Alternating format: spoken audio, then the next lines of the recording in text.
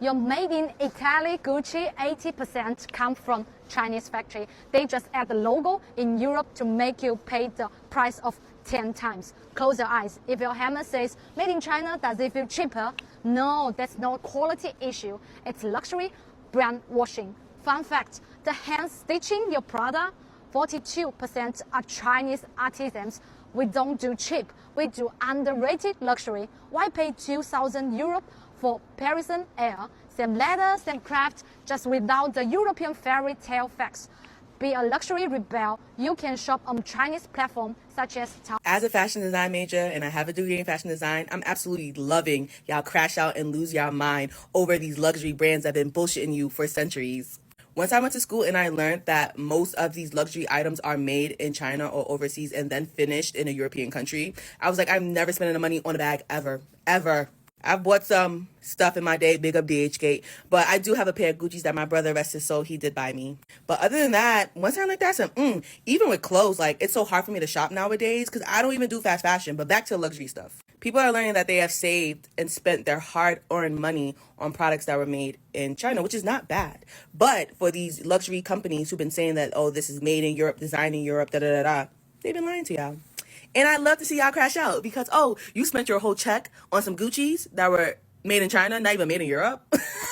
Oh, you spent all that bread on a Fendi bag just for you to find out it's made in the same, that is made in the same factory that counterfeit bags are made in, but it's legitimately from the... I'm loving the veil being ripped off y'all faces. Materialism, consumerism is bringing down this country so bad. And big up China for ripping the veil off of our faces and realizing that what we really think it is, it ain't. Who are the suppliers behind Lululemon? Some of their yoga wears are actually from Xianglong Clothing and Huang Qisheng Clothing. And guess what? Both factories located in Yiwu here. And these two factories also supply clothing for Fila and Under Armour. I guess most of you know the price of Lululemon or other big brands. They sell you a legging pants for $100. And guess what?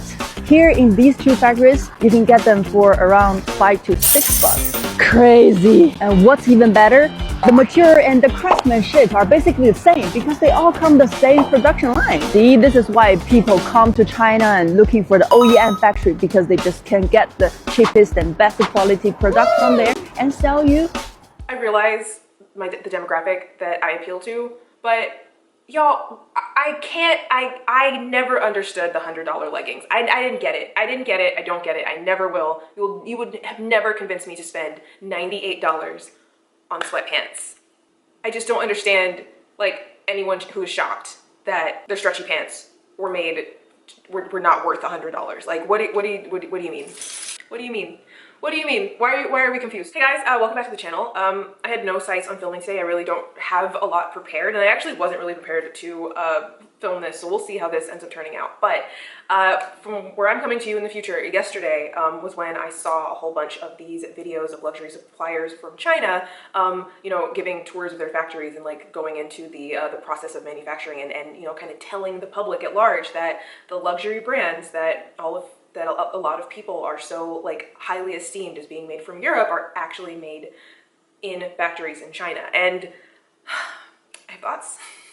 Now, before we get started, I don't care what anyone says, y'all please be careful if you plan to shop with any of these companies, because I need you to remember that while I was on my channel hiatus, I would say that 70% of the comments that I got in the 8 or 9 months that I was off of, that I wasn't uploading actively on my YouTube channel, that the comments I was getting were from scam or dupe companies. So what I'm saying is that we have known and we have seen for a long time that these dupe these dupe places have been saying a lot of these things for a very, very long time, and I think that it is how do I say, notable given our political and our, you know, geopolitical climate at the moment, that there's a lot of fertile ground here. Please do not get swept up in purchasing any of these things just because you want to like get around the tariffs or whatever. I think that now is a perfect opportunity to actually like sit down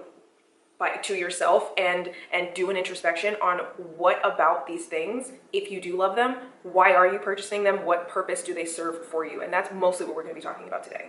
And what's really important about this too is that we're going to talk about social media in the future, but like The thing about short form content and the thing about how instantaneous it is, like there isn't really time to do research, to verify our sources, to like make sure that what we're hearing and saying is accurate. So what I'm going to be doing is playing and reacting to a couple of opinions.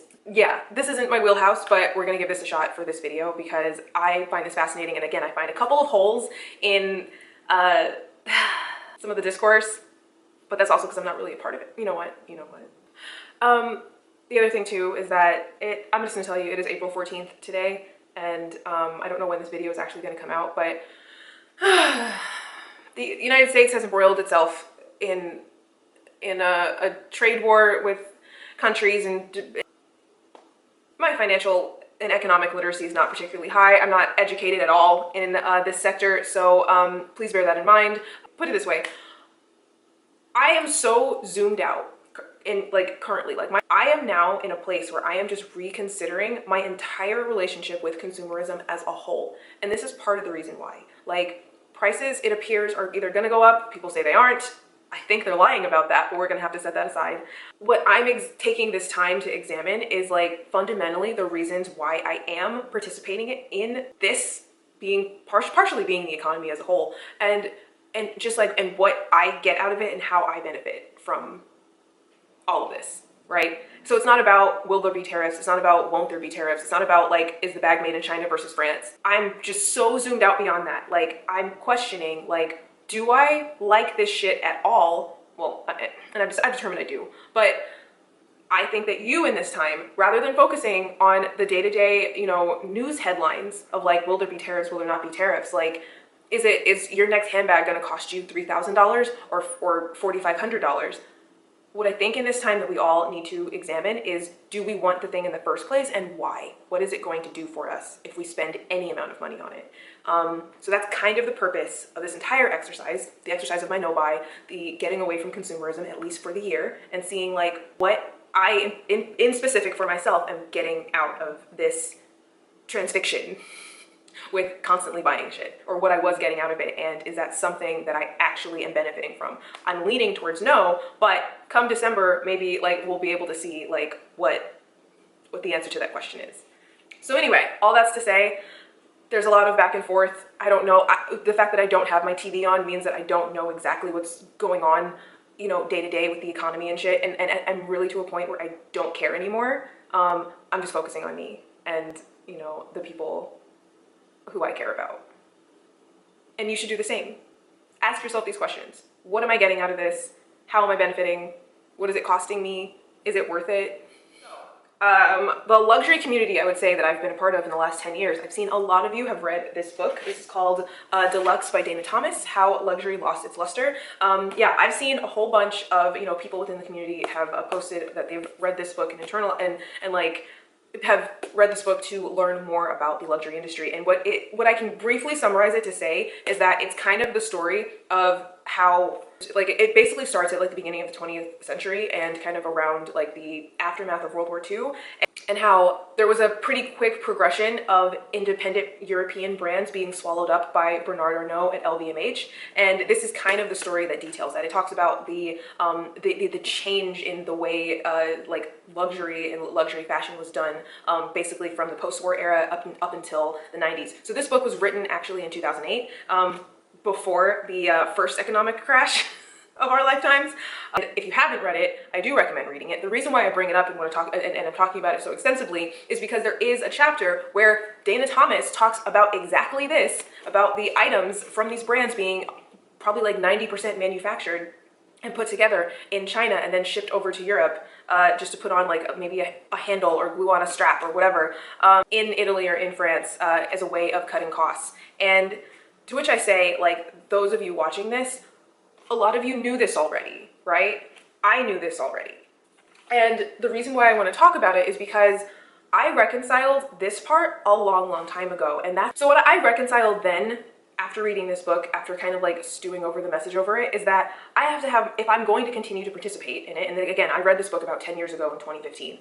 So if I'm going to continue to participate in this industry, that I have to find the reasons that are true to me as to what makes me enjoy it and what makes me keep coming back, and what like passions and purpose that I find in the industry. And so what I started with is making sure that I was buying and shopping at a price point that I was comfortable with. That for me meant shopping on the pre-love market. And now I am doing a no-buy for this year, and I am getting away from the participation in fashion as a hobby, which we're gonna talk about soon, once I can get my thoughts together. It also meant being really intentional and really deliberate about making sure that I truly love whatever it is that I'm buying. These are the things that I was buying, and what I always recommended here was, does it suit your taste? Does it suit your style? Do you like it? And you know, towards my last like ending in the industry, like I was really taken aback by the idea that like a lot of people would, you know, maybe come in or, you know, speak to me in some other capacity and like say that they love a bag. Like, you love the, I don't know, the Chanel 22, for example. Okay, what do you like about it is the question. Like, what features, what design aspects, what elements that are used on that item do you actually like? And so often, no, people were just not able to answer that question. Like, what about this thing do you like? So why do you need to have it, basically? Which is why you have to like the bag. It has to stir something inside of you genuinely in here. And if that's not the case, then it doesn't matter what its country of origin is necessarily. You know there's a markup. You know that these things are not truly worth what they charge for it. That really shouldn't be an impacting factor if you feel comfortable with the price you pay, if you truly deep down inside love the thing that you're participating in, if it makes sense for your lifestyle. Like, is this something that you're going to use? It doesn't matter if it's made in China or if it's made in France. If it suits your taste, suits your needs, suits your lifestyle, and is at a price that you felt comfortable paying. And I was never comfortable paying full retail for handbags. I'm trying to think if I ever actually bought something at full retail, like in the boutique, like any, you know, I don't know quite how to say this, but in having heard some of the discourse, not just now, but over years of, you know, just being fully immersed in this industry and hearing people, again, pedestalize the workmanship of Europe while denigrating the workmanship of places like China, it just really didn't feel good for me personally, based on my beliefs and my values, that we should be in the practice of valuing the craftsmanship of objects based on the nationality or country of origin of the people who made them. That doesn't jibe with me. I think that should be food for thought. There's a lot wrong with the manufacturing of fashion more broadly. I would say it is absolutely like exploiting people all over the world, and countries even outside of China. It is, you know, destroying our planet.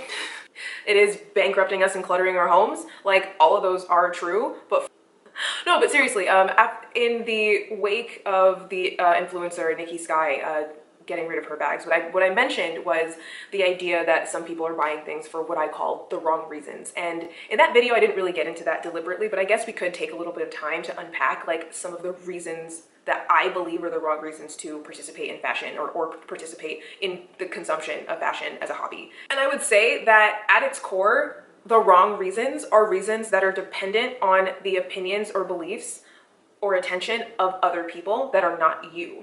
One of the things that I'm working on right now is the idea of being selfish with my time and with my money and with my energy and my resources. And, you know, and again, in certain instances and to a certain extent, that's what I'm focusing on for myself. And that is something that I think other people, you watching this perhaps, should take under consideration as well. Like, the things that I spend money on, the things that I spend my energy, time, blah, blah, blah, all that on, have to be in service of me and my well-being and my betterment. It can't be about fitting in. It can't be about like trying to tell people that you look rich or you're successful or whatever. Again, I don't get it. I don't get it.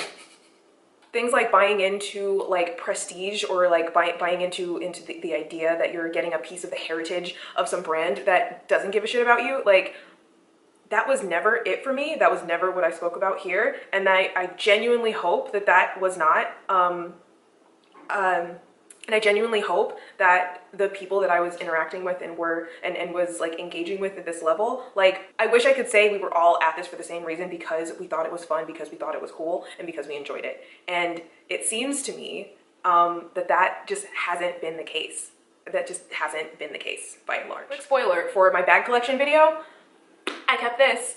This is the Fendi 3 baguette, right? And the reason I'm showing it to you now is because I don't give a shit what country this was manufactured in. Now, would I obviously prefer that it was manufactured by people who aren't like literally being exploited?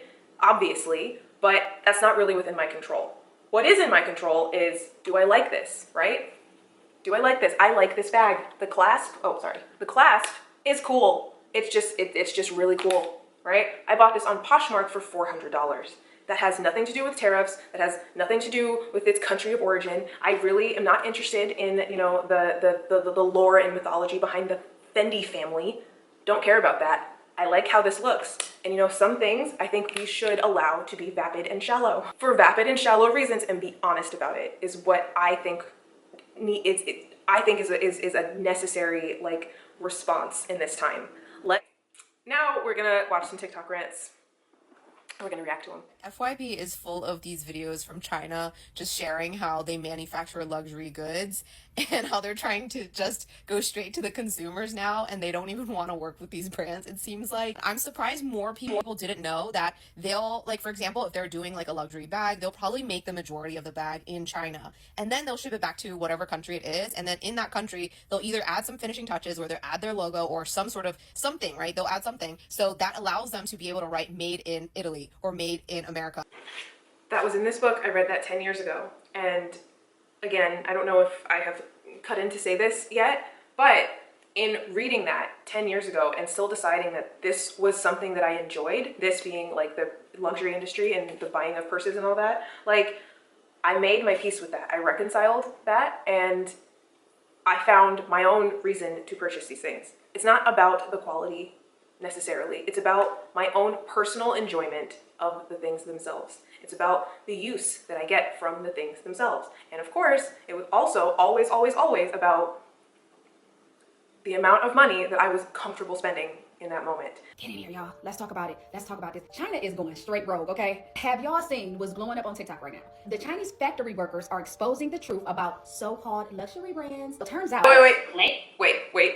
Okay, so we just saw that little graphic pop up about the Dior scandal from last year. And I didn't say anything about that at the time because I just wasn't talking about luxury at all. But again, I know a lot of people felt hurt and felt like betrayed by the idea that their bags were not actually made by the, you know, people, the way they were depicted in some of their marketing. And yes, I feel that. Yes, the treatment of those workers is absolutely unacceptable. And it really makes me think about like what all of this is in service of. If we are like, they took some of the safety, the protective, I don't know in the moment, but some of the safety gear off of the equipment in order to increase productivity. And it's like, you took the safety equipment off to increase productivity so that someone could spend $3,000 roughly on that. Like, that's where I really just feel like we have entirely lost the plot here. Like, part of that is partially, and again, I've been aware of this for a very long time in many, many ways, but something about it really just clicked for me that like, what is all of this in service of? And do I want to continue to participate in it? And again, the things that I bought were pre-loved. If I want something, I'll go to Fashion File, I'll go to The Real Real, I'll go to eBay, right? I don't need it from the boutique, from the store. That wasn't a part of my enjoyment of the experience. My enjoyment of the experience was the product in and of itself, right? And I think that's kind of what has gotten away from a lot of the luxury branding. Like, part of the luxury branding is the experience of the luxury, is going to the fancy mall and getting served champagne. I drink champagne at home daily. I don't need to go to the bag. I don't need the validation. I don't need external validation, right? I don't need to walk around the mall and Actually manufactured and you know, be fawned over by sales associates. I actually hate that. What I like is the product itself. And if it's just the product itself, then like I just think that's a different conversation we're having, and that leads to a lot less of this disappointment when the brand doesn't like hold up to the mystique and the prestige that perhaps we as a society have attributed to it. Because I never believed that. That was never important to me. And that's just again, just some food for thought. That's just Chinese kind of influencers are taking to TikTok, revealing that many of these luxury items come from the same exact factories that produce cheaper alternatives. They're questioning why consumers should pay premium prices for products made in their own backyard. So this isn't just about where your bag is made. This has to do with the tariffs. Again, I'm not an expert, is that the tariffs are being imposed on China, and what China is saying is that we make all your shit. So the stuff in Europe is coming through China based on this and based on, you know, other information that I have, you know, taken in over the years. To get back to that thought. About where your bag is. It's about transparency and honesty in the fashion industry. As consumers, we deserve to know the true origins of the products we're investing in. So next time you're eyeing that designer label, ask yourself, is it really worth the hype, or are you just paying for the name? Let's talk about it in the comments. Is it worth the hype, or are you just paying for the name? And a question I want to add to that is, do you like the product? Does it serve a purpose for you? Are you comfortable with the price? That's my version. Let me know what you think. And now finally, again, I'm not a TikTok native, so I don't know if I'm even using the app right, and I don't care to learn at this point. But what I want everyone to be careful of, because I've seen a couple of videos where people who knowingly and like, you know, knowingly bought items from places like DHgate or the lovely places that like to leave spam comments on my videos. Some of those people were saying that, oh, my bag is real too. And it's like, no, not necessarily. I think conflating it to say that every bag that is made in China is the same as the bags that actually do go through the process is, I think, oversimplifying what we're talking about here. China is a very big place. It's a huge manufacturing hub, and there are, you know, manufacturers of all levels. There are factories that make counterfeit things that sell them on DHgate, and I just need everyone to be cautious, because we have seen over the years, especially in the last 5 years, of how spammy a lot of these companies are and how they use language like made in the same factory. They've been doing that for years. They've been saying that forever, and it appeared dishonest back then, and I think now they're using this as an opportunity to maybe expand the real counterfeit market, the real counterfeits, the unauthorized replicas. Is that the right way to express this? And of course, you know, I do stand by it being anyone's choice as to what a whole adult, decide to, you know, throw their hard-earned money into, but I never liked counterfeits. Hear me out if this makes sense, but what I think of when people buy counterfeits is that they like the item but don't value it at the price that it costs to have it through, just for the sake of me being able to finish this thought, like legitimate avenues. We're setting aside everything else we've spoken about today. But if they don't value it to the level that the market indicates or market has decided, right? Then I think that perhaps they just don't value it. And if you don't value it, then like, why do you want it in the first place? Like if I'm not willing to give up what's necessary to have the things that I want to have, like to me, what that says is that I don't actually want it. And that's kind of how I feel about counterfeits. Like, yeah, I agree that the I Care Icare YSL bag, there's no way I would spend $5,000 or $6,000 on that, right? But that's because I think it's ugly. Don't cancel me, but yeah, that's kind of where I'm at with it. Like this label clearly does mean something to you, in the fact that you are going through other avenues to have like a replica of it. So yeah, maybe it just doesn't mean the same as it means to someone else. And it's a whole other can of beans. This is probably not great. This is really turning the entire industry and the value of the items on its head. And I think, again, I'll say it again for the last time as I wrap up this video. What's important to keep front of mind is your taste, your needs, your budget, and your values. So with that, I hope that whatever you do still have in your wardrobe and in your collection serves you, and I hope that you love it. And I think that is the thing that we have to keep front of mind in this time. So let me know what your thoughts are. I don't know what the turnaround is going to be on this, but I wasn't planning on making this video, and I don't know how prepared I was, but I hope you guys enjoyed it. Please leave your thoughts and your feedback down below. And it will be interesting to see what the future holds on many fronts. And with that, I will leave you with no clothes for any reason 2025, and I bid you farewell.